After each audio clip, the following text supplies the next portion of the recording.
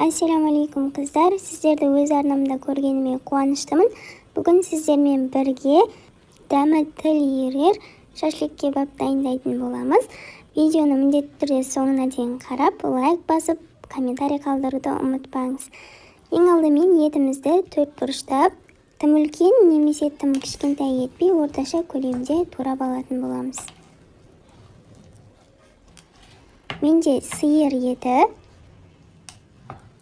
қой етінен жасасаңыздар да болады, өз қалауларыңыз бойынша.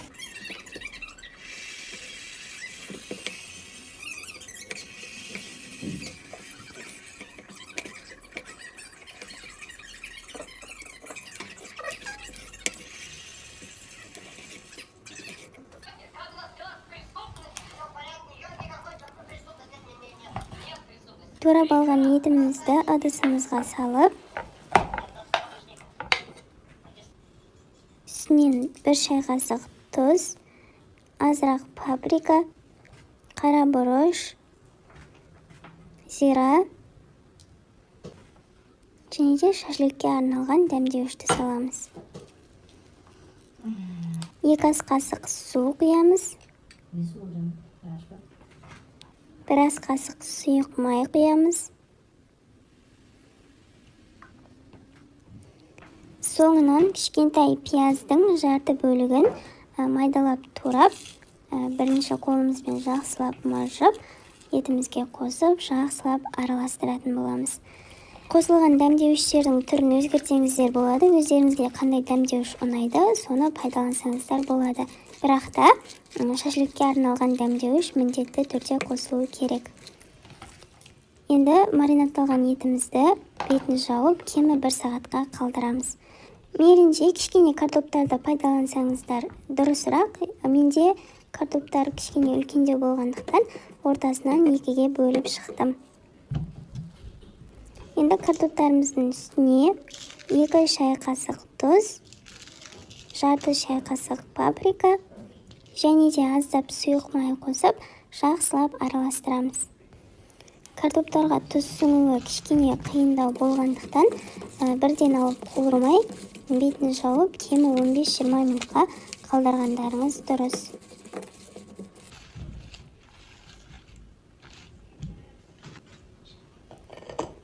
Жиырма минуттай мариновкада тұрған картоптарымызды қызып тұрған майда қуыратын боламыз. Арасында араластырып тұруды ұмытпаңыздар. Картоптарымыздың барлық жері қызарып қуырылуы керек. Сонда тамағымыз одан әрі дәмдірек болады. Арасында араластырып тұруды ұмытпаңыздар.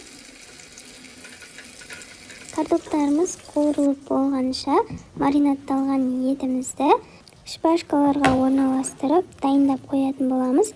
Менде осындай ағаш шпажкалар. Етімізді біртіндеп әр шпажкаға 4-ден немесе 3-ден көлеміне қарай орналастырып шығатын боламыз.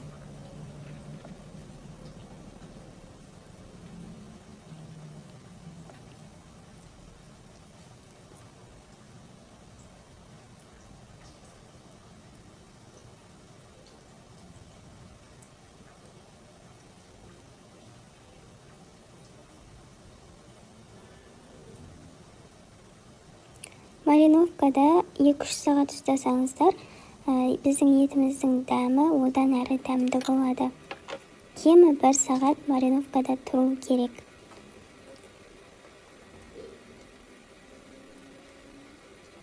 Мен жалпы 500 грамм ет қолдандым. 500 грамм еттен менде 7 дана шашлик шықты. Шашликтерімізді дайындап болам дегенше картоптарымызда қызарып, қуырылып шықты. Бөлек ыдысқа картоптарымызды салып алатын боламыз. Осы майға енді шашликтерімізді қуырып алатын боламыз. Қыздар, отты тым қатты қоймаңыздар, орташа отта тұру керек.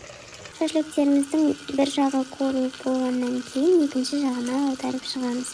Екі жағынан қызартып, жақсылап қуырып аламыз. Қуырылғаннан кейін шашликтерімізді ыдысымызға салып алып, қалған шашлыктерімізді қуырып аламыз.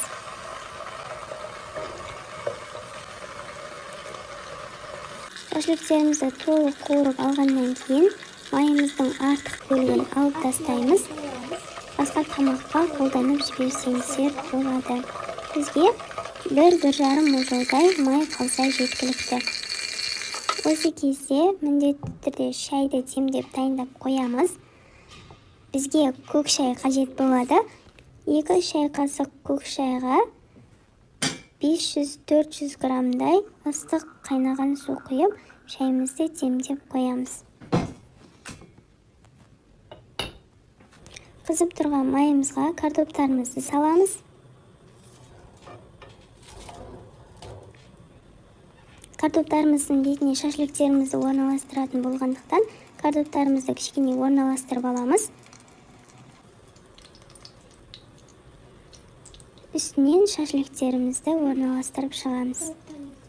Осы кезде тұз сеуіп жіберіңіздер. Мен тұз сепкен видеомды түсіруді ұмытып кетіппін. Шашлыктерімізді толық орналастырып болғаннан кейін жаңағы демдеп алған көк шайымызды үстіне құятын боламыз.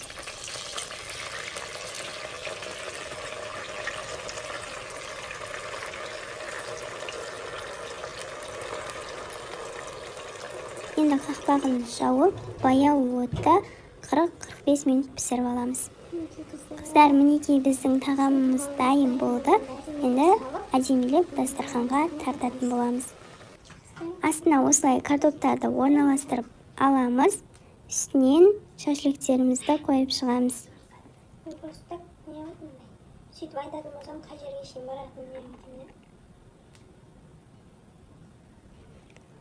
Үстін кішкене пиязбен әсемдеп жібереміз. Қаласаңыздар, укроп, көк пиязды пайдалансаңыздар да болады. Мінекей қыздар, біздің тіл үйірер, дәмді болып шығатын қазан кебабымыз дайын. Сіздерге жасап көруге кеңес беремін, өте дәмді болып шығады. Картоптары да, еттері де толықтай піседі. Қараңыздаршы, керемет болып шыққан, картоптарымыздың орталарына дейін түсінген, дәмі деген супер болып шыққан. Қыздар, дәл осы рецептпен міндетті түрде жасап көріңіздер. Кешкі асқа, түскі асқа таптырмас тағам болары анық. Ас болсын.